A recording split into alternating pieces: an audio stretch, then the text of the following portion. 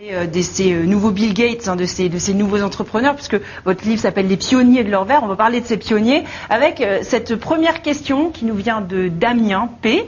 Alors, qui sont justement ces futurs Bill Gates et d'où vient leur fortune?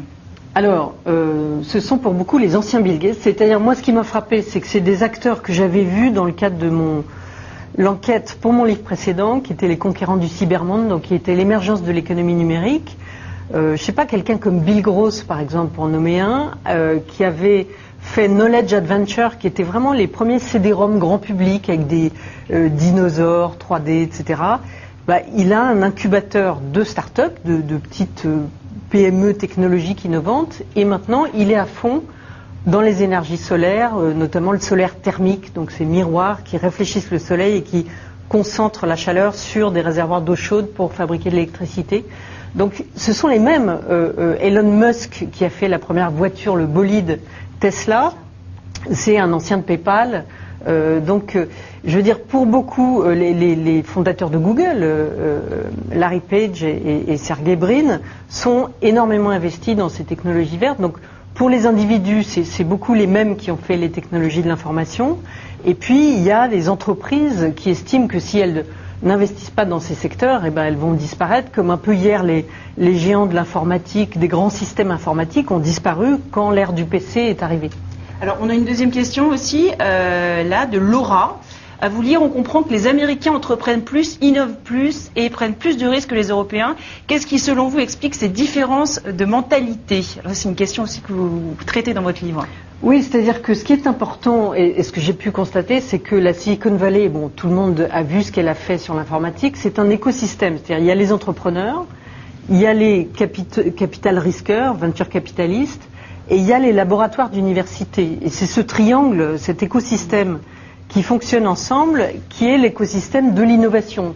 Et je dirais même de la rupture technologique. C'est-à-dire ce sont des gens qui cherchent à créer des ruptures sur lesquelles ils vont émerger de nouvelles industries, quitte à détruire des pans entiers de l'activité économique qui existent.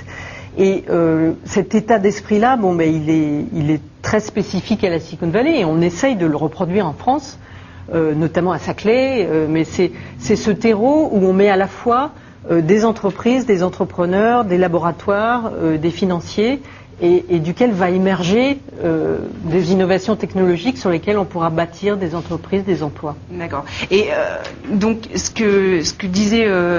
on a l'impression... Oui, non, c'est tout à l'heure. Oui, d'accord. On a l'impression que ces nouveaux entrepreneurs sont mus par le désir de changer le monde. Ça, c'est Benjamin P. qui nous dit ça. Ne veulent-ils pas tout simplement faire beaucoup d'argent, les deux, je crois que c'est pas incompatible. Non, c'est pas sérieux. Ils essayent d'allier les deux. Ils sont, pour la plupart, assez jeunes, donc avec une conscience quand même de l'environnement et dans leur comportement, je dirais qu'ils prêchent ce qu'ils disent pour la plupart. C'est-à-dire qu'ils achètent des voitures électriques autant que faire se peut. Ils surveillent la manière dont ils font leur shopping.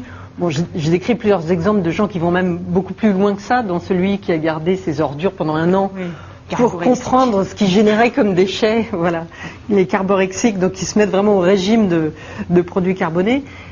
Mais donc il y a cette conscience-là, mais bien sûr, ceux qui investissent, ils ont envie de faire fortune, parce que c'est le moteur du capitalisme aux États-Unis, et il est très vivace dans la Silicon Valley, donc ils espèrent faire fortune, mais il n'y a pas que ça, il y a vraiment les deux dimensions, je pense. Ils veulent sauver la planète et faire fortune au passage. Alors, il me semblait que la personne à côté de vous avait une question. Oui, alors moi j'ai une question qui reprend un peu ce que vous venez de dire. Vous parlez dans votre livre de ces nouveaux entrepreneurs qui sont en fait les entrepreneurs d'hier aussi, puisque vous nous l'avez expliqué qu'avant ils étaient dans les nouvelles technologies. Moi, j'ai du mal à concevoir la place du citoyen dans cette économie que vous décrivez. Et en fait, j'ai l'impression que, pour l'instant en tout cas, elle n'apparaît pas clairement. On voit bien la place des entrepreneurs, on voit bien la place de la recherche, la place de la technologie. Et quid de l'ensemble, je dirais, des... Non, moi, je dirais que là, mon enquête s'est focalisée sur les entrepreneurs pour décrire des histoires de start-up et de PME qui bâtissent un petit peu les industries de demain. Mais le chapitre, par exemple, sur les carborexiques, c'est-à-dire sur les citoyens qui essayent, et je dirais que le rôle des citoyens, il est fondamental, parce que la première pierre de ce nouvel avenir d'un capitalisme propre, entre guillemets, c'est l'économie d'énergie.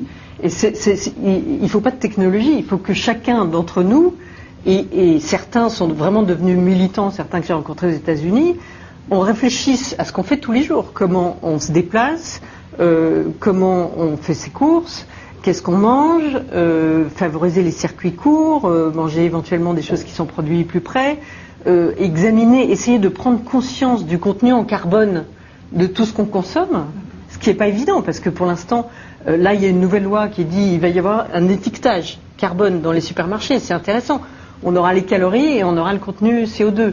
Ça permettra de se rendre compte qu'on a aussi des idées reçues. Par exemple, c'est pas systématiquement ce qui vient de très loin qui est plus émetteur de CO2, parce que, par exemple, les serres hollandaises, ça demande énormément d'énergie et quelquefois les fleurs qui viennent de Colombie sont moins productrices de CO2.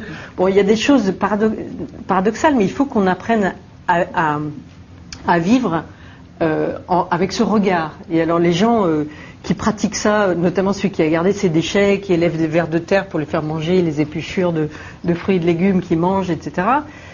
Lui, il dit maintenant, quand je vais dans un supermarché et que je vois un produit, je vois tout de suite le contenu en CO2, c'est comme s'il avait un petit calculateur dans la tête.